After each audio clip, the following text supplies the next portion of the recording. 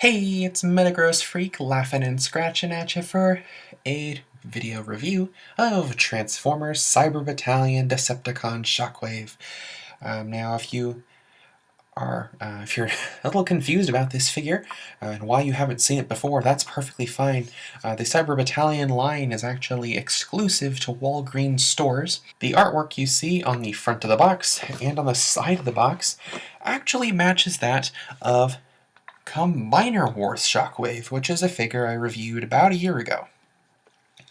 However, the Cyber Battalion figure is, to quote me from my Cyber Battalion Jetfire review, the figure is the size of a Voyager, the cost of a deluxe, and the posability and articulation of a Legends class. In fact, sometimes it's a little less than. So we'll take a look at this figure, similarly to his Combiner Wars form, which, goodness, I keep bringing this figure back out. He transforms into a flying gun, though this time he's a little less, equipable rifle, and a little more jet that has a cannon in the front. In fact, he's got all of his steps on the back, similarly to one of the Robots in Disguise figures. And unlike Jetfire, who created weapons to help the Autobots advance their goal of peace, we have Shockwave's bio saying, "There's no limit to the evil this Decepticon scientist can create." Here we have Cyber Battalion Shockwave. You can see he is a very G1-inspired design. However, he trades out his little rubber hose for basically a jetpack. That's kind of neat. Not bad. I mean, you can tell he is a little hollow in the back of his legs.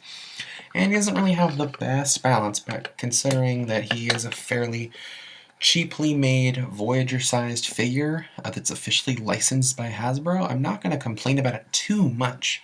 He even has an improvement over Jetfire in that his legs can swivel. That's right. You can get all that sideways leg action. You can get all that pigeon toe action. You couldn't get that with Jetfire, and I'm assuming that's because of the transformation. Similarly to Jetfire, this figure also has a little bit of a balance issue, but I'm willing to excuse it because it's Shockwave. And I believe this decal, oh yeah, the decal right here on the chest, the Decepticon decal, even though it looks like a sticker, is not a sticker, but is actually painted on. So that's kind of neat, actually. Kind of makes you wonder why they didn't do that for the Titans Return series. And then just to compare him, here we have him next to Jetfire. You can see they're roughly the same size. And then I didn't feel like transforming them, but here he is with Legends class Shockwave, who turns into a very similar Ultimate. You can see he's about as big as his leg. And then, just for fun, here he is with Voyager Shockwave from Dark of the Moon. You can see in his vehicle mode he's pretty bulky, but about the same size. One of the transformation has you flip his wings out from the jetpack to his wings, so if you want, you can even give Shockwave wings. This is literally step one of the transformation, so technically it's not that much of a stretch. Following every step exactly, this is what we end up with. We end up with kind of a cruiser with a cannon on the front. It's an interesting alt mode. Shockwave's entire torso can do this like little pivot, which is kind of neat, but it doesn't really lock into place very well. It's just kind of there through friction.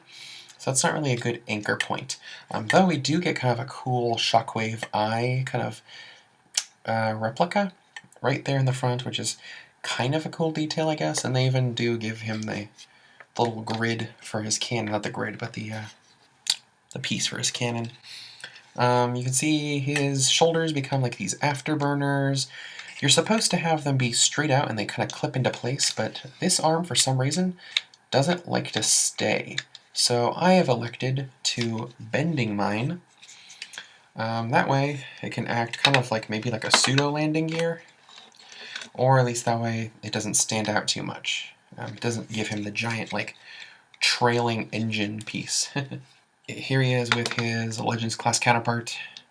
I'm assuming these are supposed to represent the same character, considering they have the same artwork. Either that or Hasbro got lazy, but how often does that happen? Just for fun, the bot shot version of Shockwave, who, yes, is based on his Dark of the Moon counterpart. And you can tell that even though this mode is a little bigger, they're roughly in the same size class. If we folded the wings inside, they'd be basically the same size. This was my first Shockwave. This hopefully won't be my last, but yeah, they're good. They're both good. And then just because I have it, here is Tiny Titans Shockwave. He's so teeny tiny. You can ride on top. Beep beep. He doesn't have landing gear on the back, but he does have a little landing skid of sorts in the front. So yeah, that even helps better justify my little hand landers there. I forgot about that when I was transforming him. There's Shockwave. He's a cute little figure. I think if you are a fan of Shockwave, you should definitely pick him up. If you're not a fan of Shockwave, maybe pass it up because he's a very simple figure. And honestly, you can get the Combiner Wars Legends class figure for a lot cheaper. Thank you for watching. I've been Metagross Freak, and until next time, I will see you.